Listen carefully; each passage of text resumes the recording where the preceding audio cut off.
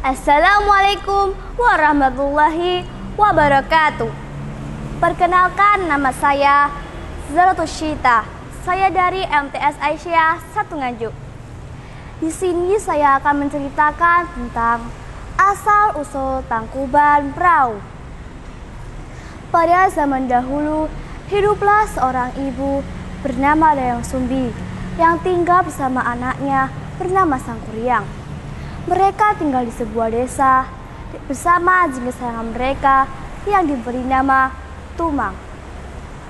Sebelum hidup bersama anaknya, Dayang Sumbi pernah menikah dengan Tisan Dewa yang telah dikutuk menjadi hewan dan dibuang ke bumi. Tanpa mereka sadari, mereka hidup bersama suami Dayang Sumbi yang telah berubah menjadi anjing kutukan. Tak lama, Sangkuriang pun tumbuh menjadi pemuda yang mempesona, kuat, gagah, dan suka berburu. Pada suatu hari, Dayang Sumbi meminta Sangkuriang untuk mencarikannya kijang, karena ia ingin memakan hati kijang tersebut.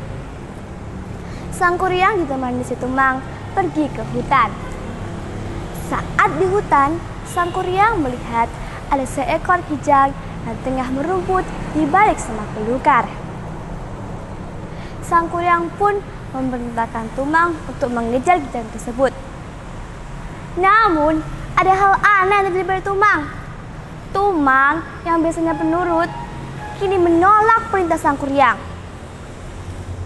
Sangkuriang dengan perasaan marah berkata, "Jika engkau tak menuruti perintahku, niscaya aku akan membunuhmu."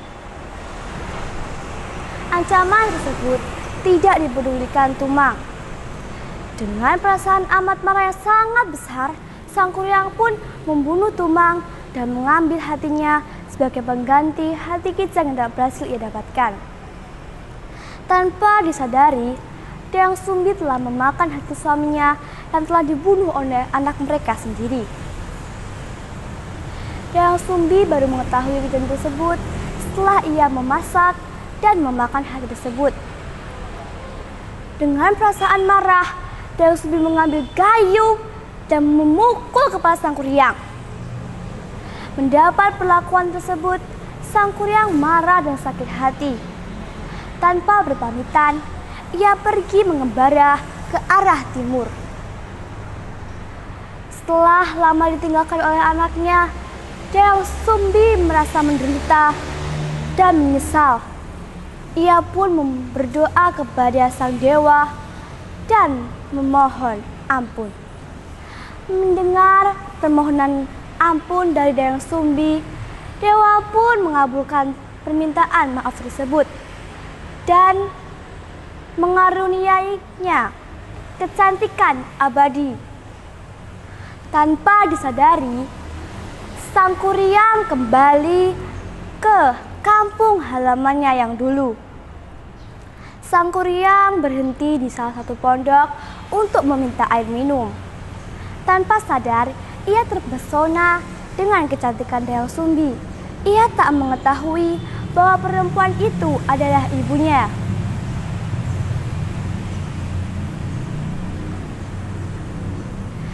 Sangkuriang mendapat rasa simpati dan cinta. Dan ia pun merencanakan pernikahan bersama Dayang Sumbi. Sebelum pernikahan, Sangkuriang pun berniat untuk pergi ke hutan. Dayang Sumbi pun keluar dan membantu mengikatkan ikat kepala di kepala Sangkuriang. Dayang Sumbi terkejut saat melihat ada luka di kepala calon suaminya. Dayang Sumbi teringat kepada anaknya yang telah lama meninggalkannya. Dayang Sumbi yakin bahwa suaminya itu adalah anaknya, Sangkuriang. Dayang Sumbi memberikan pertanyaan atau pernyataan kepada Sangkuriang. Dia bertanya, "Apakah kau anakku?" Tapi Sangkuriang pun tak menjawab. Dayang Sumbi bertekad untuk membuka rahasianya bahwa ia adalah ibunya yang telah lama menunggu kepulangan anaknya. Dayang Sumbi merasa amat sedih karena anaknya tak mengakuinya. Namun, Sang Kuryang pun tetap bersikukuh untuk ingin menikahinya dan melamarnya. Dayang Sumbi memberikan permintaan, yaitu dia harus membendung Sungai Citarum agar menjadi bendungan. Sang Kuryang pun bersikukuh untuk mengerjakan pernyataan tersebut dengan berkata, "Baiklah, aku akan menuruti perintahmu." Tapi yang membuat perintahan itu berat adalah perkataan Dayang Sumbi, yaitu, "Sebelum fajar terbit, kedua permintaanku harus sudah selesai engkau kerjakan." Sang Kuryang pun menebang pohon besar dan membuat perahu. Cabang dan rantingnya ditumpuk hingga menjadi gunung Burangrang.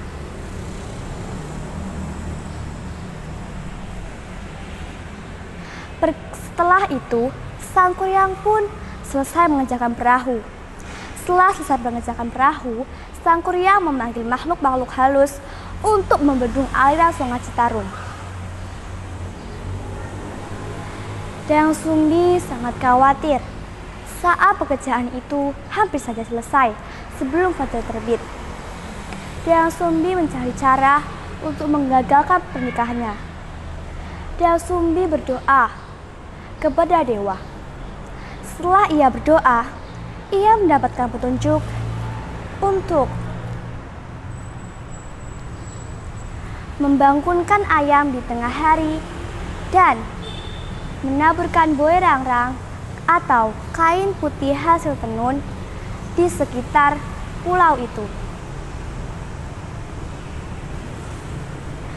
Sang Kuryang hampir saja selesai.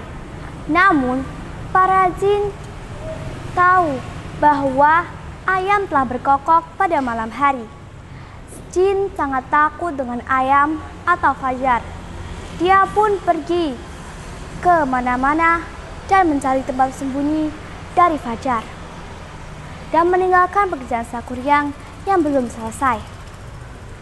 Dayang Sumbi sangat senang karena ia telah mengusir jin-jin halus untuk membantu pekerjaan Sang Kuryang.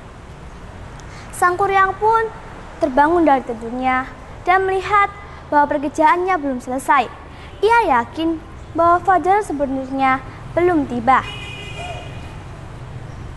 Ia pun marah dan menjebol area Sungai Citarum hingga menjadi Gunung Malangyang. Sang Kuryang pun marah dan juga ia merusak perahunya yang telah lama ia buat dengan susah payah.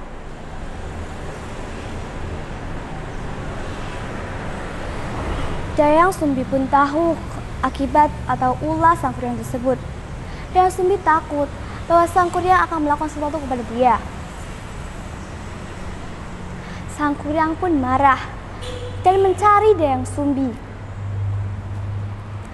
Dayang Sumbi pun ketakutan dan lari ke bukit atau ke gunung yang tinggi hingga gunung tersebut menjadi atau diberi nama Gunung Putri.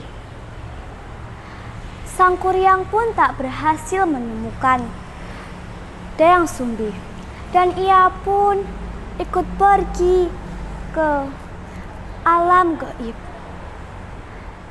Dia pernah menjebol perahu tersebut. Perahunya pun kini menjadi gunung tangkuban perahu. Sekian cerita saya. Wassalamualaikum warahmatullahi wabarakatuh.